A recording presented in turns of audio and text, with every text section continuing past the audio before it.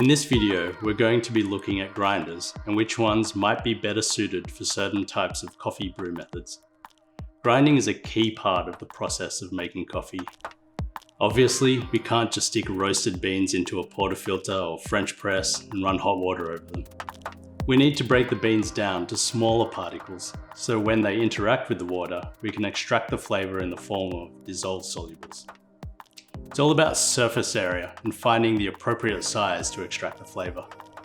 A big part of grinding beans is allowing the correct size within a certain band to allow coffee to flow through it when engaged with a form of filtration. Coffee grinders usually fall under a few different categories defined by the type of process used to break up the beans. So a spinning blade, a conical burr, or a flat burr. The blade grinders for coffee aren't usually recommended as they just chop up the coffee, resulting in a very uneven particle size, not conducive to accurate brewing. Selecting a grinder isn't always as simple as a flat burr or a conical burr. Other factors may include the brew method, filter or espresso, the capacity, single dose or large batches, speed of the motor, size, weight, and portability.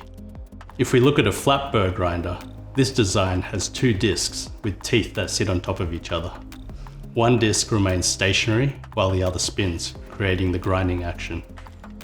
The inner teeth are usually larger too, and do most of the initial breaking of the coffee beans and become finer as they move to the outer edge.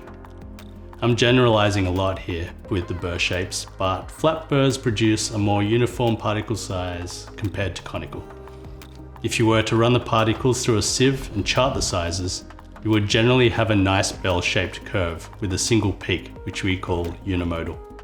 Flat burr grinders also tend to be slightly louder and often generate more heat than a conical burr.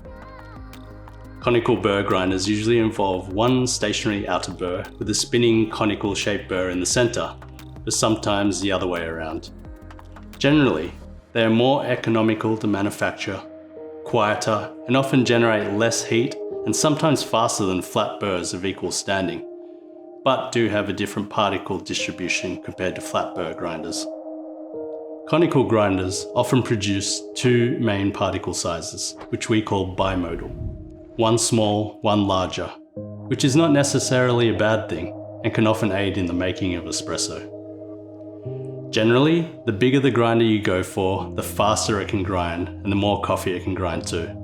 But you do sacrifice portability. They can be harder and heavier to move. The smaller you go, the easier they are to move. But hand grinders can sacrifice quality and speed.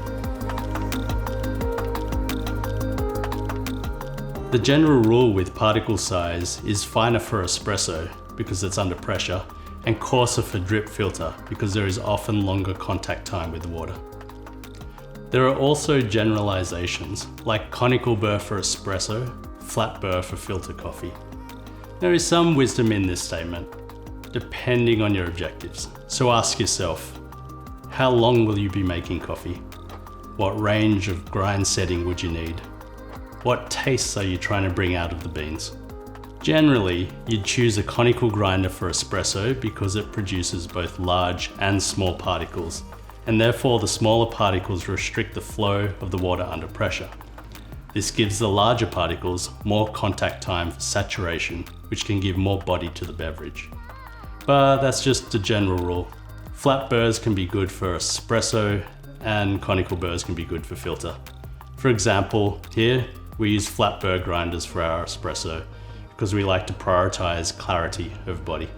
This means we can hone in the extraction to target the peak of the particles without, for a lack of a better term, muddying up the beverage with over-extraction of the finer particles.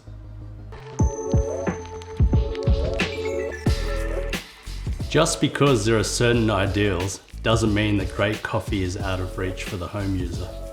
A hand grinder is great if you want the odd coffee and have the time and the muscles to crank it out. You can get a delicious cup using a conical grinder for coffee at home for a reasonable price, which you will be able to cater for your morning brew or if you have a few people around. When it comes down to it, As important as a grinder may be, it's only going to aid in a great cup of coffee if the beans you choose are as good as they can be.